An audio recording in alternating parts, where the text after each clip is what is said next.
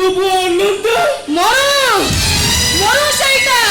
আলো তো মানা গাড়ি কাহারি মো তাহলে কি আমার কাহারে একটা কথা সহি পারিবিনি এ গার কলঙ্কসি মরে যাও সেইটা সত্য কথা তো তবু অনন্তটা মরে গেল মাউসি ওরে হেই বাড়ি কিয়া জব্বরে কিয়া মনটা কাহিকি মরিব ওর পেইসা আরে তু মরি যাউলু তু মনটা কাহিকি মরিব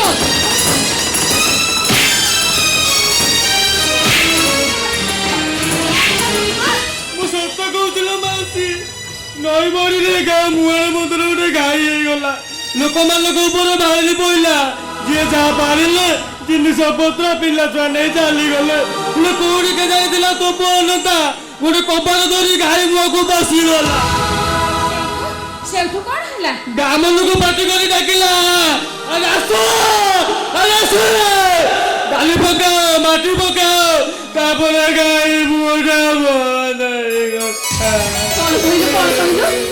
ମୋ ଅନତା ପାଇଁ ଘାଇ ମୁହଁଟା ବନ୍ଦ ହେଇଗଲା ଯା ହଉ ଏ ଗାଁ ଲୋକମାନଙ୍କର ଜୀବନଟା ବଞ୍ଚିଗଲା ହେଲେ ଅନନ୍ତା ଆରେ ମୋ ଅନତାର ପୁଣି କଣ ହେଲା এই ବାଲିଗଡ଼ି ମାଟିରେ ପୋତି ହେଇଗଲା ନା ମାଉସୀ ସବୁ ଅନନ୍ତା ଜିନିଷ ସମ୍ଭାଳି ହେଇଗଲା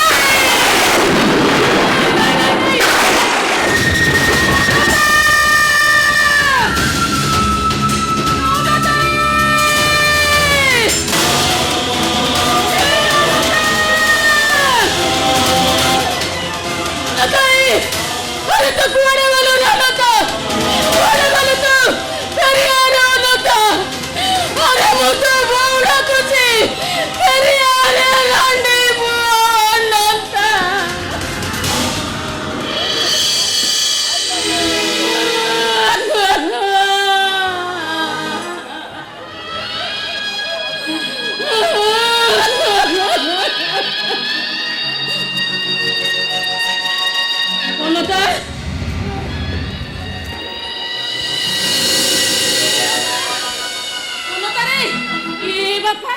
अरे उठ रे बापू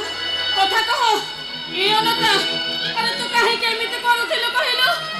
जो लोक माने तते पारा चोरा कुकुड़ा चोरा पणस चोरा बोली कहूथिले सेई मानक पाई तो जीवन देई देले तो मा कथा थोर के भी चिंता कलोनी हे अनता ए बापा अरे उठ रे उठ रे अनता हे बापा बंचिची बापा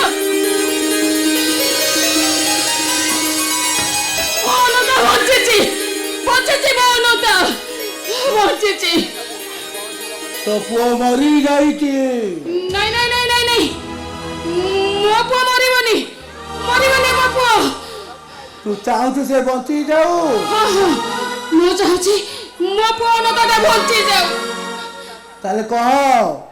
ତାକୁ କେବେ ଗାଳି ଦବୁନି ନା ମୋ ପୁଅକୁ ମୁଁ ଜମା ବି ଗାଳି କରିବିନି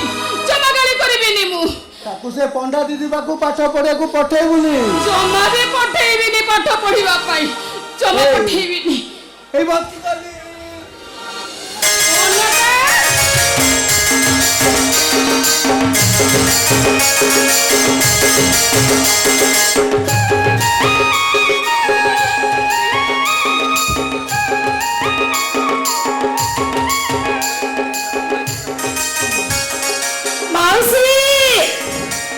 माउसी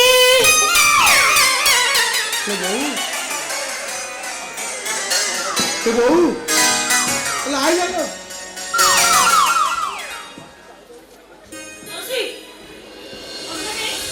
ଅନତା କାଇଁ ଅନତା ନାହିଁ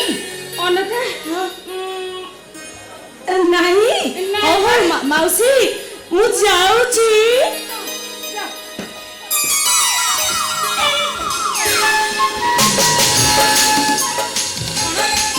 ଏଠି କଣ ଲୁଚିଥିଲୁ ତମେ କୁଆଡେ କୁଆଡେ ଗାଁ ଲୋକ ଗୋଟେ କଣ ଶୁଣିକି ଆସିଲି ତମେ ଯାହା ଶୁଣିଲ ମୋ ସମୟରେ କିଛି ଶୁଣେ ନାହିଁ ମାନେ ତୁ ପାଠ ପଢିବାକୁ ଜଟ ସାରି ଯିବୁନି ମୁଁ ଯିବିନି ମାଉସୀ କଣ ଏମିତି କହୁଛି ତୁ କଣ କହୁଛି ଯିବନି ଏଇଠି ମୋ ବୋଉ କହିଛି ତମ ପାଖରେ ଆଉ ମୋର ପାଠ ପଢିବାର ନାହିଁ। ମାଉସୀ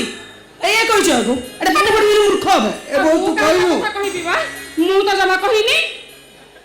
ହଇରେ ମୁଁ କେତେବେଳେ ତ କଥା କହିନି। ଆଲୋ ଏ ଦେଇ ମାମୁ ତୁ ଏଇ ନମ୍ବରରେ ସପୋର୍ଟ କରିଥିଲୁ ଏଇ ନମ୍ବରରେ ମନା କରୁଛୁ। ହଇରେ ହେଇ ମୂର୍ଖ ଏ ଦିଦି ତତେ ପାଠ ଅକ୍ଷର ଦି ଅକ୍ଷର ପଢେଇଥିଲେ ବୋଲି ସେଦିନ ସେ ଗପଟା କହିଥିଲେ ବୋଲି ତୁ ସିନା ଜୀବନ ନେଇ ଚାଲି ଆସିଲୁ। ଏବେ କହିଲୁ ପାଠର ମହତ୍ଵ କେତେ। ହେଇଟି ଦିଦି ଆଜିଠୁ ମୋ ଅନତା ତମରି ପାଖରେ ପାଠ ପଢିବ ହେଲା। ତମରି ପାଖରେ ସେ ପାଠ ପଢିବ। ଏ ବୋଉ ବୋଉ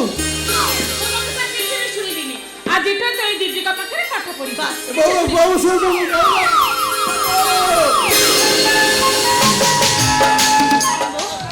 କଣ ବୋଉ ଏ ଚାଟଶାଳୀ ଚାଲ ଚାଟଶାଳୀ ପାଠ ପଢିବାକୁ